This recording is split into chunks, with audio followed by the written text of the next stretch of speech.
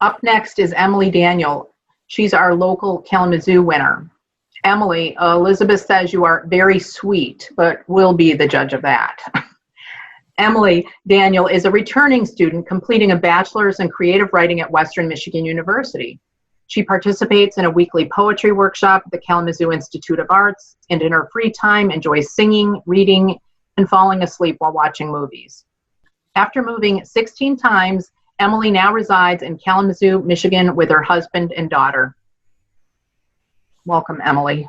Thank you. Thank you so much. And thank you to all of the friends and family who have joined me here tonight. It's very sweet to be with you and share some poems from my book, Lifeline. I will share the poem called Lifeline, but I wanted to say that it refers to the line on our hands, like in a palm reading. And I will begin with a poem called Happy Hour. I tried my best, but every time it lit a match in me, igniting the trail of kerosene. Those little bits of gold made their tiny cuts for the cinnamon schnapps to seep into the ready vessels where it is ember warm, a comfort. But so quickly I am no longer near the fire, I am in the fire and cannot tell if it is burning from the inside out or outside in, and what seems to be so fun for everyone else sets my stomach ablaze, and I will wrap both arms across my middle and tell myself I will never hurt you again. I tried to share in this social tradition something without gold shrapnel perhaps will go down easier, but each bottle carried its flames, and I found myself doubled over and humbled before this furious God, and I began to say, no thank you, I will not come to sit at his feet today. I will watch from here as he sweeps them up and tosses them into the clouds, their arms lifted over their heads and their volume rising as they say, oh my God, I'm so drunk. And I can tell from the ground that it is the very happy announcement of one of their favorite feelings. Sort of related to the last poem, this next one is a prose piece that I wrote while receiving an infusion for Crohn's disease. And it is about my love-hate relationship with both the medicine and the healthcare system. It is called Infusion Every 8 Weeks, Indefinitely. As she prepares my IV, my nurse tells me that she talks to her daughter who lives in China, and their call gets muted if they say the name Trump. I couldn't tell what feeling they attached to that name, but she said they started calling him T instead so that the Chinese government would allow her to continue speaking to her daughter. It really is a communist country, she says, as she finds a blue vein puffing out its chest and punctures it, loosing crimson black into a small vial. She tethers me to the swollen bladder bag of medicine and tells me this is a lifesaver. It works miracles for so many people. It dramatically increases your risk of cancer, but the possibility of some cancers is better than the certainty of another, she says. It can impair your kidney function and cause headaches and joint pain, unsightly rashes, and it will make it harder for your body to fight infection. Just call the doctor if there are any complications. We can give you something for those. It's much better to focus on staying alive in the short term, especially while your daughter is so young. She offers me Coke and cheese nips, and I decline as the clear liquid drips deliberately and travels into my open vein. I count 10 drops for every full breath I take. My background headache marches to the foreground as I wrap my feet in the blanket the nurse gave me. She told me it's mine to keep, and I can carry it in the canvas bag they gave me bearing the infusion center logo.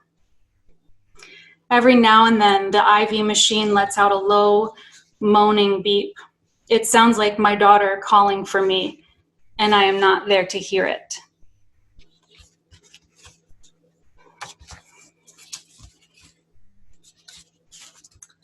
I have a few friends on this call right now from Sedona, Arizona, where I lived for 5 years, and my parents were there for 10. In that time, I made the car trip from the Phoenix airport to Sedona many, many times. And it's a very nostalgic feeling for me, but I wrote this poem called I-17 North. We are approaching the last band of saguaros as the car climbs into thinning air. The moon a spotlight on their reaching arms pointing us up the hill, where drifting dirt is the color of rust and red rocks carved by wind and water over 1,000,000 years stand to greet us. My dad at the wheel winding through switchbacks glances at me and says, "It's okay if you fall asleep. I will take us all the way home."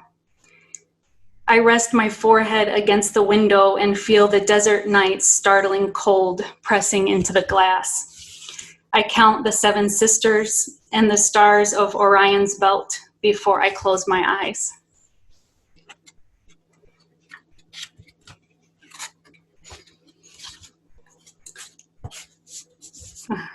The next poem I want to share is about my daughter, Layla, who is watching in the basement.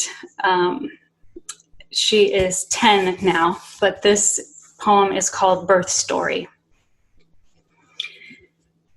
They had heard it all before, how I made a home out of my body and effortlessly made her into a real girl.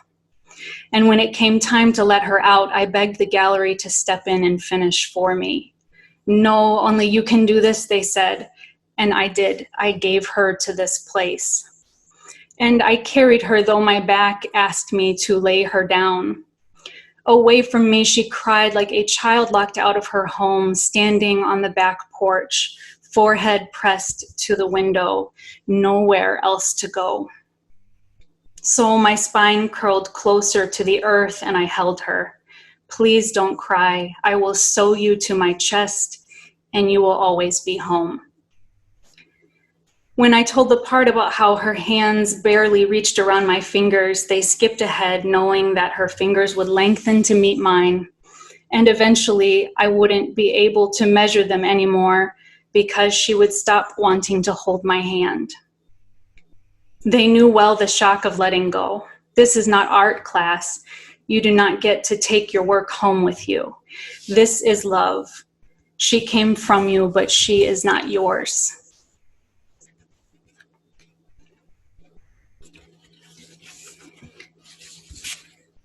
This next poem is about my father, who passed away 3 years ago at age 70 from brain cancer. And it's about what we experienced as a family and how the tumors in his brain impacted the last months of his life. This is called aphasia. He opened his mouth and we inserted our words, wedging in a soft spoon of what we were sure he would say, sentiments we expected to come once he could hear the ticking reminder this was his final opportunity to tell us what must have been locked away all of the living years, our inheritance spared for this exact passage. "I love you. I am so proud of who you've become. You gave my life its meaning. I am sorry that I wasn't better at this."